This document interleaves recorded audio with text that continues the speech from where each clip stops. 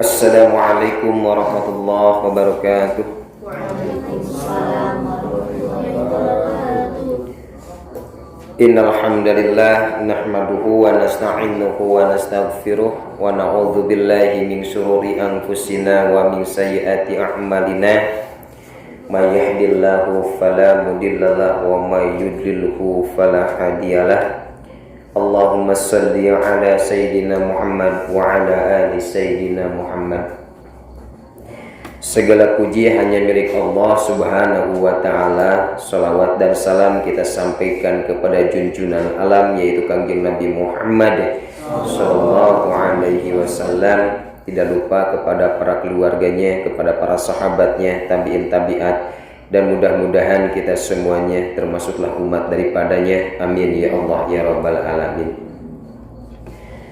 Dalam kesempatan pagi ini, alhamdulillah, izin Allah Subhanahu wa ta'ala, kita semuanya masih bisa berjumpa, bersua, yaitu dengan para jamaah subuh sekalian, santriwan, santriwati, para penghafal Al-Quran Pondok Pesantren Az-Zakiyah, dan juga para jamaah sekalian, jamaah subuh yang alhamdulillah dari mulai kita bangun tidur, kita berdoa kepada Allah Subhanahu wa ta'ala, memohon segala ampunan, lalu kita mendirikan ataupun juga mengambil air wudhu, dan juga dilanjutkan dengan sholat malam kita, yang mudah-mudahan dengan sholat malam kita Allah Subhanahu wa ta'ala mengabulkan setiap hajat dan keinginan kita. Amin. Lalu kita lanjutkan dengan kegiatan yaitu sholat qobliyah ataupun juga sholat fajar 2 rakaat, di mana sholat 2 rakaat sebelum sholat subuh itu fadilahnya adalah lebih baik daripada dunia dan seisinya. Jadi betapa merugilah orang-orang yang tidak menjalankan 2 rakaat sebelum subuh lalu tidak menjalankan sholat malam karena kerugiannya sangat-sangat rugi itu. Waktunya yang sangat panjang, kita meninggalkannya. Lalu 2 rakaat sebelum subuh itu waktunya sempit karena berhubungan dengan adzan dan juga qomat melanjutkan sholat berjamaah subuh, ya. Dan sayang sekali, jadi kita harus mendawamkan, membiasakan ketika adzan sudah mulai berkumandang, berarti persiapan kita untuk melaksanakan qobliyah ataupun juga sholat fajar. Lalu kita melaksanakan sholat berjamaah subuh yang subhanallah, fadilahnya itu pun sangat luar biasa. Siapa orang yang menjalankan sholat subuh secara berjamaah, fadilahnya itu bagaikan melaksanakan sholat semalam penuh. Subhanallah. Ya, siapa sih orang yang kuat melaksanakan sholat semalam suntuk, semalam penuh? Nah, ini cukup kita melaksanakan 2 rakaat subuh tapi secara berjamaah. Ini fadilah. Ya, fadilah itu keutamaan. Jadi keutamaan itu bagaikan dia melaksanakan sholat semalam penuh ketika dia sudah menjalankan 2 rakaat sholat subuh secara berjamaah. Lalu kita selanjutnya melaksanakan ta'lim, yang mudah-mudahan pelaksanaan ta'lim ini adalah bagian daripada motivasi kita untuk selalu mendekatkan diri kepada Gusti Allah Subhanahu wa ta'ala. Kita mendapatkan rizki pagi yang tiada terhingga, yaitu rizki ilmu. Kita insya Allah mudah-mudahan berdoa kepada Allah menjadi orang yang kaya ilmu, kaya kesehatan, rizkinya pun meruah melimpah, rizkinya ilmu, ya rizkinya kesehatan, ya rizkinya harta. Itu ya bagi orang-orang yang sudah bangun pagi, baginya insya Allah sudah mendapatkan. Lalu nanti setelah ini kita melaksanakan kembali berzikir kepada Allah Subhanahu wa ta'ala, yaitu dengan zikir pagi. Kita memohon keafiatan, Allahumma afini fi badani. Kita minta kesehatan badan, mata, telinga dan sebagainya kepada Allah Subhanahu wa ta'ala. Pagi-pagi kita sudah bermohon, pagi-pagi kita sudah minta pertolongan. Lalu setelah itu nanti kita menjalankan kajian, yaitu kajian ada yang bahasa Inggris ataupun juga kajian tasrifan, yang mudah-mudahan kajian yang kita lakukan itu bagian daripada amaliyah kita menjadi orang-orang yang menjalankan kewajiban atas titah Rasulullah Sallallahu Alaihi Wasallam, yaitu kita mencari ilmu. Lalu nanti disambung dengan kegiatan sholat isra. Jadi sebelum kabur ataupun juga sebelum keluar dari sini, ketika matahari sudah muncul, maka jalankanlah sholat isra, ya. Itu pahalanya bagaikan umrah, ya. Mudah-mudahan lalu dilanjut dengan sholat 2 rakaat ataupun juga 4 rakaat, bahkan sampai 12 rakaat sholat duha. Itu fadilahnya luar biasa, bagaikan melaksanakan haji dan umrah. Subhanallah. Baik, setelah kemarin di episode 1 kita sudah membahas tentang keutamaan sholat duha, yaitu 1 dan 2. Maka dalam kesempatan pagi ini kita masuk di episode yang kedua, yaitu membahas masih tentang sholat duha. Sholat duha yang sangat luar biasa fadilahnya, itu amaliyahnya para pengusaha, amaliyahnya para santri, amaliyahnya para ulama, amaliyahnya bagi para ataupun juga setiap orang-orang yang ingin mendapatkan keberkahan dari Allah. Karena siapa orang yang melakukan 2 rakaat sholat duha, itu sama dengan kita sudah bersedekah, ya, terhadap 360 persendian, ataupun juga kita sudah bersedekah 360 kali. Lalu, ya, setelah itu siapa orang yang menjalankan sholat duha, maka baginya akan dicukupi rezeki, bahkan dia hadiahi baginya adalah pintu surga, bahkan mendapatkan taman surga, bahkan juga mendapatkan bangunan ataupun juga istana di surga, karena ada pintu khusus bagi orang-orang yang mendawamkan sholat duha. Subhanallah, indah bukan?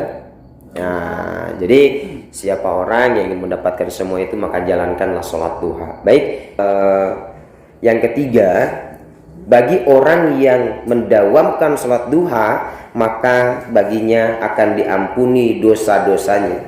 Ya, subhanallah. Nomor 3 ini, maka dia akan diampuni dosa-dosanya. Rasulullah Shallallahu Alaihi Wasallam beliau bersabda, ya, barang siapa yang menjaga sholat duha, maka dosa-dosanya akan diampuni meskipun sebanyak buih di lautan. Ini hadis riwayat Ibnu Majah.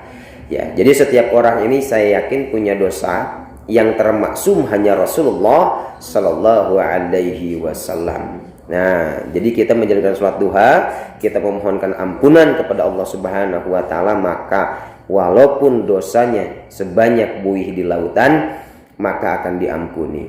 Kan bumi ini hampir sekian persen itu adalah lautan. Ya, mau dosa kita setinggi gunung Manglayang, mau dosa kita setinggi awan, mau dosa kita seluas lautan, bagi orang yang menjalankan sholat duha, lalu kita memohon ampun kepada Allah dengan cara taubatan nasuha, maka insya Allah dosa-dosanya itu akan diampuni. Karena dosa itu adalah bagian daripada penghambat rizki. Rizki ilmu, rizki harta, rizki kesehatan, ya, rezeki jodoh dan sebagainya. Nah, ini bagi orang yang selalu berbuat dosa, maka rasakan keberkahannya itu akan hilang. Nah, makanya rajin-rajinlah setiap ba'da sholat itu, biasanya imam kan suka memandu Astaghfirullahaladzim. Artinya itu kita sedang memohon ampun kepada Gusti Allah. Makanya lagi wiridannya tengah hulang H2O, hulang-hulang olangan. Maknanya tuh, ya Allah, ketika kita sedang beristighfar itu artinya kita sedang memohon kepada Gusti Allah. Maka perbanyaklah istighfar. Siapa yang orang yang memperbanyak istighfar, maka diampuni dosa-dosanya. Kita sudah dekat dengan Sang Maha Pencipta yang memiliki, maha memiliki. Apa sih yang kita inginin? Insya Allah dikabul. Nah, dalam hadis yang lain, ya, Rasulullah Shallallahu Alaihi Wasallam bersabda, barang siapa yang menunaikan sholat subuh, kemudian ia duduk dan tidak mengucapkan perkataan yang sia-sia, melainkan dia hanya berzikir kepada Allah Subhanahu Wa Taala hingga menunaikan sholat duha 4 rakaat, maka dosa-dosanya akan terhapus bersih seperti anak yang baru dilahirkan oleh ibunya. Ia tidak punya dosa. Subhanallah. Tuh itu. Setelah sholat subuh jangan dulu kemana-mana sampai waktu duha. Jalankan duha. Kapan waktu duha itu? Saya kan pernah bilang, waktu duha itu sudah mulai masuk ketika 20 menit ataupun juga 30 menit setelah matahari terbit. Nah makanya setelah matahari terbit, yuk kita diam dulu. Daripada kita ngobrol sana sini, ya kita mutola'ah ataupun juga menambah hafalan ataupun juga menguatkan hafalan sampai muncul matahari. Maka baginya subhanallah akan diampuni dosa-dosanya. Keren gak? Keren gak? Nah, bahkan sampai seperti ia baru keluar dari rahim ibunya. Baik, kita melanjut ke nomor yang keempat, ya. Yang nomor 4 ini bahwasanya siapa orang yang mendawamkan dia sholat duha, ya, maka dia dicukupkan kebutuhan hidupnya. Nah, dicukupkan kebutuhan hidupnya. Nah, kalau misalkan pertanyaan hari ini, rezeki kita masih syarat, ya, ilmu kita rasanya itu menghafal itu susah. Ya, tadi yang ke nomor 3, kita mohon ampun kepada Allah agar dosa-dosa kita diampuni. Maka yang keempatnya adalah ketika kita menjalankan sholat duha, maka akan dicukupi segala kebutuhannya. Nah, bahwasannya dalam hadis qudsi Allah Subhanahu wa taala berfirman, "Wahai anak Adam, rukuklah." Artinya sholatlah, karena aku pada awal siang ataupun juga saatul ijabah waktu duha itu, ya, 4 rakaat, maka aku akan mencukupi kebutuhanmu sampai sore hari. Itu baru 4 rakaat. Dicukupi kebutuhannya, apalagi dihabisin sampai 12 rakaat, dibangunkan istana di surga. Ya. Insya Allah. Kuncinya yakin. Yakin ya Allah, dengan duhaku maka aku akan dipenuhi kebutuhanku. Dan apabila belum dipenuhi kebutuhanku, tunggu dan bersabarlah. Slow, santai. Mungkin aku ini belum pantas nih di hadapan Allah. Duhanya udah bagus, tapi berjamaahnya belum bagus. Terhalang juga tuh. Ya enggak? Oke, berjamaahnya udah bagus, duhanya udah bagus. Pertanyaannya, tahajudnya udah bagus belum? Waduh, tahajudnya masih belum bagus nih. Selalu kesiangan. Oke, kita perbaiki tahajud kita. Tahajudnya udah bagus, duhanya udah bagus. Ya, lalu sholat berjamaahnya udah bagus. Oke, apa yang kurang? Berarti mungkin saya ini istighfarnya kurang, maksiat masih kita lakukan. Apalagi hati-hati nih, perbuatan 1 mabuk, 2 zina, itu adalah hal-hal yang bisa menghalangi keberkahan rizki. Ya, zina mata, kita berkholwat, berdua-duaan dengan orang yang bukan muhrimnya, itu bagian daripada awal kita melakukan zina. Kan wala taqrabu zina, orang teh ulah ngadeketan zina, berkholwat, ngobrol dua-duaan dengan orang bukan muhrimnya. Rizkinya seret, saya yakin.